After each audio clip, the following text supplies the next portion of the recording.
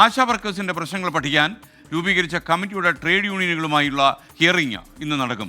Kerala ASHA health workers അസോസിയേഷനോടൊപ്പം CITU, INTUC, STU, അതുപോലെ AITUC എന്നീ യൂണിയനുകൾ ഈ ഹിയറിംഗിൽ പങ്കെടുക്കുമെന്നാണ് അറിയുന്നത്.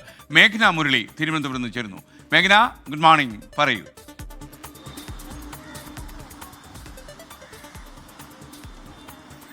Good morning SK. നമ്മൾ നിരന്തരം സംസാരിച്ചുകൊണ്ടിരിക്കുകയാണ് ഈ ആശാവർക്കർമാരുടെ വിഷയം. അവർ ഇന്ന് സമരം തുടങ്ങിയിട്ട് 141 ദിവസമാണ്.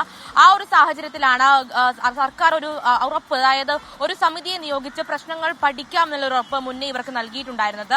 അതിന്റെ അടിസ്ഥാനത്തിലാണ് ഇന്ന് സെക്രട്ടേറിയറ്റിൽ വെച്ച് ഈ സമിതി, അത് വനിതാ ശിശു വികസന വകുപ്പ് ഡയറക്ടർ ഹരിത വി കുമാറാണ് ഇതിന്റെ അധ്യക്ഷൻ, അവരുടെ നേതൃത്വത്തിൽ ഒരു യോഗം, ഒരു കമ്മിറ്റി കൂടുന്നത്. അതിൽ ഇവരുടെ, അതായത് ആശാവർക്ക് എന്തൊക്കെയാണ് ആവശ്യങ്ങൾ, അവരുടെ ദിവസങ്ങളായിട്ടുള്ള അല്ലെങ്കിൽ 141 ദിവസങ്ങളായി അവർ എന്ത് ആവശ്യങ്ങളാണ് ഉന്നയിക്കുന്നത് എന്നുള്ളത് ഒന്നുകൂടി ഈ സമിതിക്ക് മുന്നിൽ സമർപ്പിക്കാമെന്നുള്ളതാണ് പ്രധാനമായും ഈ സർക്കാർ ഇതുകൊണ്ട് ഉദ്ദേശിക്കുന്നത്. അതിൽ വിവിധ ട്രേഡ് യൂണിയൻ, അത് CITU, INTUC, AITUC അടക്കമുള്ള ട്രേഡ് യൂണിയനുകൾ വെവ്വേറെയാണ് ഈ യോഗത്തിൽ പങ്കെടുക്കുന്നത്. അവരുടെ ഹിയറിംഗ് ആണ് ഇപ്പോൾ നടക്കുന്നത്. ഇപ്പോൾ ഈ കമ്മിറ്റിക്ക് പോകാൻ ഒരുങ്ങുകയാണ്. എന്തൊക്കെയാണ് നിങ്ങൾ ഇന്ന് ആവശ്യങ്ങൾ ഉന്നയിക്കുന്നത്? ഞങ്ങളുടെ എല്ലാ പ്രധാനപ്പെട്ട ഡിമാൻഡുകളും ഈ സമിതിക്ക് മുമ്പാകെ ഇന്ന് വെക്കുന്നുണ്ട്. അത് ഓണറേറിയം വർധനവും വിരമിക്കൽ ആനുകൂല്യം അടക്കമുള്ള ഞങ്ങൾ ഈ സമരമുഖത്ത് നിൽക്കുന്ന 141 ദിവസമായി സമരം ചെയ്തുകൊണ്ടിരിക്കുന്ന പ്രധാനപ്പെട്ട ഡിമാൻഡുകളടക്കം ഒരു 10-25 ഡിമാൻഡുകൾ ഞങ്ങൾ മുന്നോട്ട് വെക്കുന്നുണ്ട്.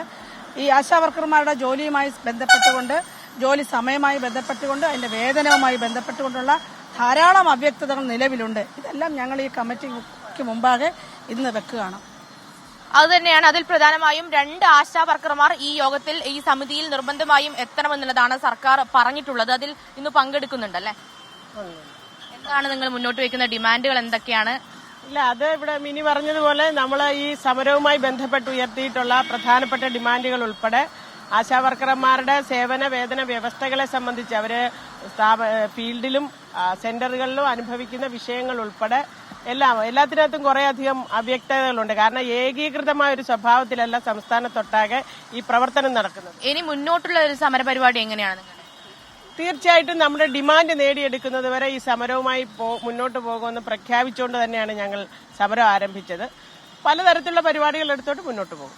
SK, ഇങ്ങനെ തന്നെയാണ്. അതായത് ഇന്ന് 10:30 സെക്രട്ടേറിയറ്റിൽ വെച്ചിട്ടാണ് ഈ ഹിയറിംഗ് നടക്കുന്നത്. അതിനുശേഷം ഇന്ന് 12:00 കൂടി ഒരു വാർത്താ സമ്മേളനം ഇവർ നിശ്ചയിക്കുന്നുണ്ട് എന്നുള്ളതാണ് നമുക്ക് മനസ്സിലാകുന്നത്. അതിൽ ഇനി വരുന്ന ദിവസങ്ങളിൽ എങ്ങനെയാണ് സമരപരിപാടികൾ എന്നടക്കമുള്ള കാര്യങ്ങളിൽ ഒരു തീരുമാനമുണ്ടാകും. എന്തായാലും ഇന്ന് ഇവർക്ക് എന്തൊക്കെയാണ് പ്രശ്നങ്ങൾ, അത് ഓണറേറിയം അടക്കമുള്ള, വിരമിക്കൽ ആനുകൂല്യം അടക്കമുള്ള ഇവർ നിരന്തരം പറയുന്ന പ്രശ്നങ്ങൾ ഒന്നുകൂടി സർക്കാരിനെ അറിയിക്കാനുള്ള ഒരു മാർഗമായിട്ടാണ് ഈ ഹിയറിംഗ് നടക്കുന്നത്. അതിൽ 2 ആശാ വർക്കർമാർ നിർബന്ധമായും പങ്കെടുക്കുക. അതുപോലെ തന്നെ വിവിധ ട്രേഡ് യൂണിയനുകൾ അവർ വെവ്വേറെ ഈ സമിതി അവരെ കേൾക്കുമെന്നുള്ളതാണ്.